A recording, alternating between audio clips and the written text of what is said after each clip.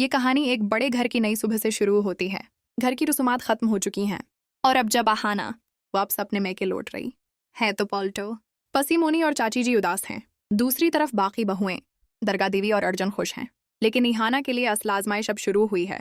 आहाना, जिसका कल एक कंपनी में इंटरव्यू है, अपनी पुरानी किताबें निकालकर साफ कर रही है। वो सरकारी नौकरी की तैयारी कर रही है।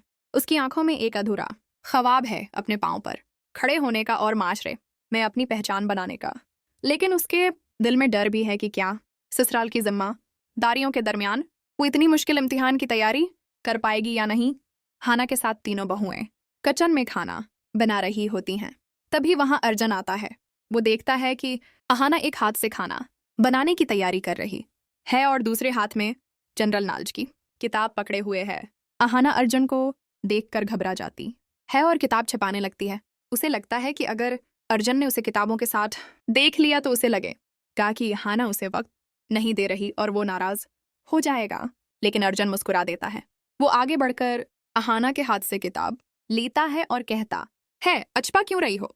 मुझे सब मालूम है। शादी का मतलब अपने वजूद को मिटाना नहीं होता। मुझे पता चल गया है कि तुम सरकारी अफसर बनना चाहती हो और कल तुम्हारा इंटरव्यू है। तो इस सफर में तुम अकेली नहीं हो। घर का काम बाकी बहुएं संभाल लेंगी। तुम अभी सिर्फ पढ़ाई पर ध्यान दो। ये कहकर अर्जुन बाकी बहुओं से दरख्वास्त करता है कि चंद दिन आहाना को पढ़ाई करने दें और घर के काम वो संभाल लें। अर्जुन की ये बात सुनकर आहाना की आंखों में उम्मीद के आंसू आ जाते हैं। उसके बाद घर का मंजर बहुत ही प्यारा हो जाता है। शुरोत मामा आहाना को इंटरव्यू के लिए दुआएं देते हैं। अर्जुन, जो कल तक अपनी ही दुनिया में गुम रहता था, आज आहाना का टीचर बन गया है। वो उसे तारीख और जोग्राफिया के मुश्किल सवाल समझा रहा है। आहाना पूरी मेहनत से नोटिस बना रही है। अर्जुन दरमियान मैं उसे पानी पिलाता है और हौसला बढ़ाता है। पीछे खड़े शुरुआत मामा और दरगाह देवी फख्र से भर जाते हैं। उन्हें लग रहा है कि अर्जुन और आहाना एक दूसरे की ताकत बन गए हैं। लेकिन हर अच्छी कहानी में एक वलन होता है। कमरे के दरवाजे के पीछे पर्दे की ओट में छपा पोल्टो ये सब देख रहा है। उसके चेहरे पर हवाइयां उड़ रही हैं। उसे यकीन नहीं हो रहा कि अर्जुन, जो कल तक आहाना से तलाक लेने की बात कर रहा था, आज उसे पढ़ाई में मदद कर रहा है। पोल्टो अंदर ही अंदर जल रहा है। वो सोचता है कि अगर ये आहाना पढ़ी लिखी बन गई और सरकारी अफसर बन गई तो घर में हमारी तो कोई इज्जत ही नहीं रहेगी और बाकी बहुएं भी उसी की तरह करने लगेंगी। फिर तो ये हम पर हुक्म चलाएगी।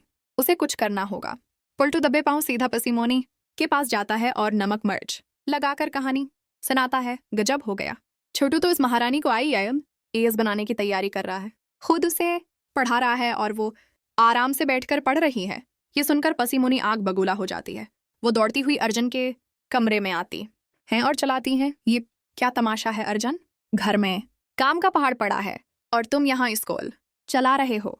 घर की बहुएं चूल्हा चौका संभालती हैं या किताबें? क्या तुम घर को लाइब्रेरी बनाना चाहते हो?